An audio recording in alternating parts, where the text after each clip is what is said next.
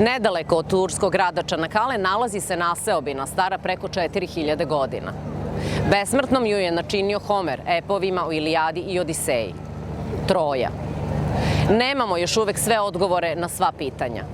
Ali kakav bi svet bio bez mitologije i mašte? Where we are right now, we are in Troja Museum. Troja Museum is one of the newest museums in Turkey. It's already done 5 years ago in the pandemic, actually. We have some free time and they did this incredible museum. This is actually one of the best museums in Turkey. And 2 years ago, it has the gold medal. It's chosen as the best museum in Europe because when you're starting to turn inside the museum, they make big ramps and you cannot miss anything. When you're turning around, you have to see every detail inside the museum. Of course, it has a periods schedule starting from the first Troja in the entrance, and when it's going top, it's ending with the last Troja. But the last stage is the most important and the most incredible stage because the jewelries are there. The jewelries of the kings, the crowns, the necklaces, rings, and all others, and more or less most of them are golden. They're using on the top stage.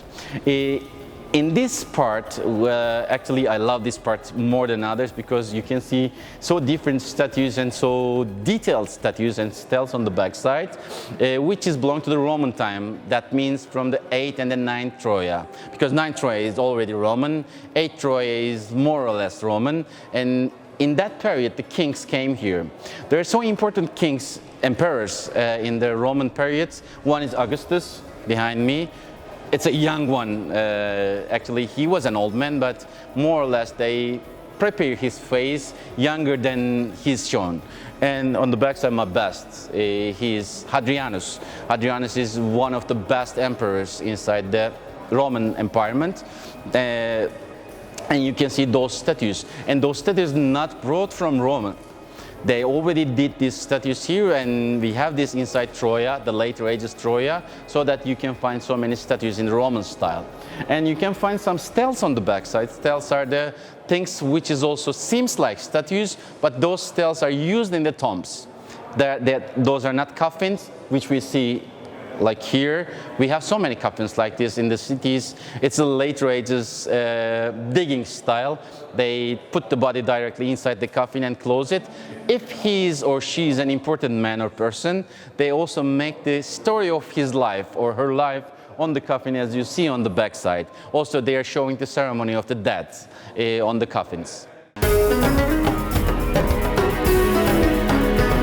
Kada se uspešan investicioni bankar nakon godina života i rada provedenih u Parizu i Americi odluči na potpuno drugačiji algoritam, presloži matematiku, spakuje kofere i vrati u Tursku, onda napravi vinariju po sopstvenom dizajnu. What happened? Bank investor in winemaking. What happened to me?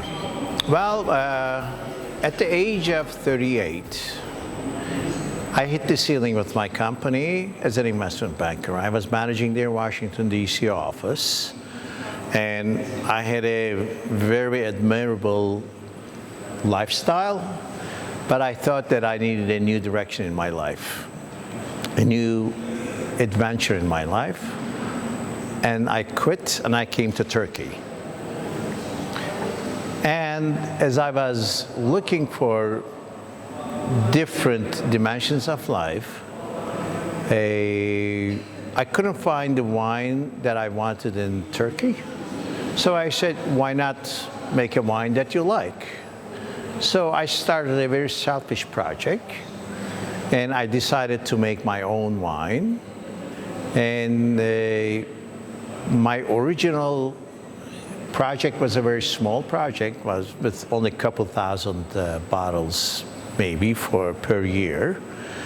But as I got into the business, or as I saw more details of this business, I enjoyed it so much, and I decided to establish Chateau Kalpak, which we are producing about 50,000 bottles now per year, and single vineyard, single wine, Chateau Kalpak. It's a garagist wine, and it's a Bordeaux blend with Cabernet Sauvignon, Merlot, Cabernet Franc, and Petit Verdot. And I started this adventure about 30 years ago in 1992. And I made my first wine after 20 years of establishing the project, because I wanted everything to be perfect to start making the wine. Prior to this adventure, I was an investment banker and also a university instructor in the United States. And I did teach in operations research and optimization. So my thought process has always been very systematic. And my approach to wine is basically first science, then art. And my idea of a winery is the combination of people, art, and wine. I wanted all of that to be in one space. That's why Chateau Kalpak evolved to be at this stage. We have people who can dine, who can enjoy their wine at the chateau, in the cellars, and make wine, and also have the artwork on the walls. And I do also conduct international art festivals with painters and sculptors. I invite about 25 to 30 people from all around the world, all the way from Mexico, US, North Korea, China, India, and Turkey, and have the artists perform their artwork here at the chateau. And that's all the artwork you see at our chateau is produced at those art festivals. And by the way, I also make sure that half of the artists are professors coming from academia. So we have a combination of freelancers and also academic artists at the same place. And this is not a job for me. This is a hobby, lifestyle, and I enjoy it immensely. And I never consider it as a work. It's a great pleasure to be here at Chateau Kalpak, and thank you for visiting Chateau Kalpak.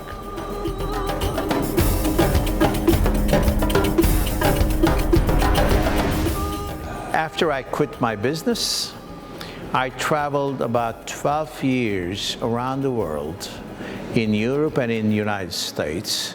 And I traveled and visited about 120 to 150 chateaus around the world. And I was talking with their vineyard managers and winery managers. And here at Chateau Kalpak, both in terms of vineyards and the winery, nothing is my invention. It's really a synthesis of what I learned from those trips. And that's why I share every detail of my chateau with anybody who welcomes here and who asks about it. So there's nothing hidden, everything is revealed. Even the tank data, even the grape data is shared with anybody who wants the information. What is Rolls-Royce in your winery? We make wine by gravity flow. And we are very peculiar about our harvest and our harvest technique and also winemaking technique. And our winemaking is basically gravity flow. But further than that, we inspect each berry by eyesight, by human eyesight. And we inspect about 4 or 5 million berries per day. And we check the berries, even if they have a little green pulp, we eliminate those because we want zero green in our wine. Then we send them one by one to the fermentation tanks. Our fermentation tanks are oak tanks, and and they're small size. And in our business, this is the Rolls-Royce of winemaking. That doesn't guarantee you a perfect wine, but you have to have the right techniques, the right equipment, and the right knowledge to be able to make an excellent or good wine. What is actually AWC Vienna? In gastronomy, in restaurant business, we have the Michelin restaurant rating, which is maximum 3 stars. In the wine business, we have a similar rating with a 3-star rating that's awarded by AWC Vienna, and it's one of the largest wine competitions in the world.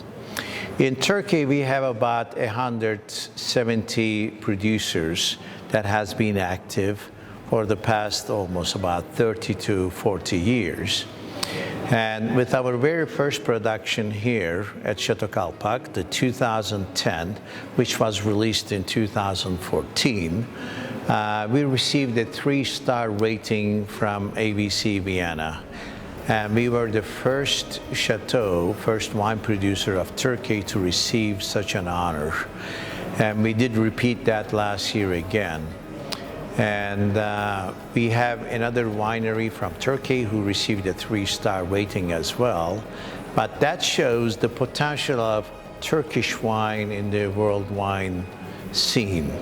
And hopefully we will have other friends who will be achieving similar success in the wine world.